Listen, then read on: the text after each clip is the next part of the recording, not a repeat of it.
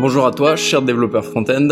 Aujourd'hui, je me suis levé tôt pour te parler de Vue.js. J'ai pas vraiment envie de le comparer aux autres frameworks et te dire s'il est mieux que Angular ou React. Non, je vais juste te partager pourquoi j'aime l'utiliser.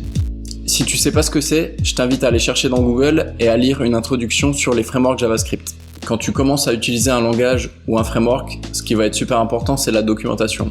Et franchement, celle de Vue, elle est super bien faite. Elle est claire, elle est complète, elle est organisée pour facilement s'y retrouver. Il y a plein d'exemples pour comprendre comment on va utiliser telle méthode ou telle propriété du framework. On a également une recherche qui est très efficace où tu vas pouvoir facilement trouver tout ce que tu as besoin. Alors, comme toutes les documentations, elle est écrite en anglais. Et pour ceux qui seraient pas très à l'aise, il y a une version française qui a été traduite. Et si ça te suffit pas, en plus de la documentation, il y a une partie forum où tu vas pouvoir poser tes questions ou lire les sujets déjà écrits. Ensuite, le truc qui m'a marqué depuis que j'utilise Vue.js, c'est la courbe d'apprentissage. Et ce que j'entends par là, c'est que ça a été très facile pour moi d'apprendre à utiliser ce framework, de le mettre en place dans mes projets. Et c'est rare de prendre un outil aussi vite en main. Et du coup, ça le rend plutôt cool à utiliser à mes yeux. Alors, je sais pas sur quel type de projet web tu travailles. Mais ce qui est bien avec Vue.js, c'est que tu vas pouvoir autant l'utiliser en applicatif web où ton front il sera compilé avec Webpack et tu utiliseras des API pour consommer et traiter de la donnée, que sur un CMS existant comme WordPress par exemple, où tu vas pouvoir venir charger Vue seulement sur certaines de tes pages ou de tes modules.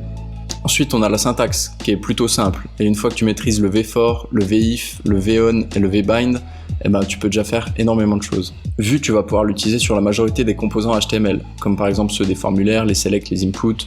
Mais le vrai avantage, ça va être de pouvoir créer tes propres composants. Donc par exemple, tu vas pouvoir créer le composant modal, où tu vas avoir le template HTML de la modal avec son contenu qui va pouvoir être dynamique, le code JavaScript associé, et tu vas même pouvoir encapsuler le CSS qui sera appliqué uniquement sur ce composant-là. Et Vue, c'est un peu le rebelle de la bande.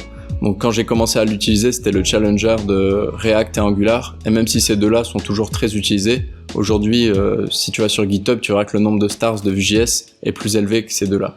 Et enfin, il y a une extension sur Chrome qui s'appelle Vue.js DevTools et qui va te permettre de débugger plus facilement tes applications et tes projets construits autour de Vue.js et de pouvoir voir les événements déclenchés, la structure de tes composants, la donnée utilisée.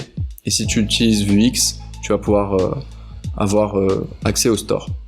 Donc voilà, je voulais vous faire une vidéo simple. J'aurais pu parler de VueRouter, VueCLI, Nuxt.js et Gridsom, mais je voulais juste vous partager aujourd'hui pourquoi moi j'aime utiliser Vue.js. Sur cette chaîne, j'ai prévu de faire une série plus complète et plus technique sur Vue pour vous expliquer comment vous lancer et l'utiliser sur vos projets. Donc en attendant, tu peux t'abonner et me dire en commentaire si toi tu utilises Vue.js, pourquoi, ou si tu préfères utiliser un des autres frameworks disponibles. Et si tu l'as pas encore vu, je t'invite à aller voir ma vidéo « Être développeur front-end en 2019 ». C'était Quentin pour Front-end Vidéo. Ciao, bye bye.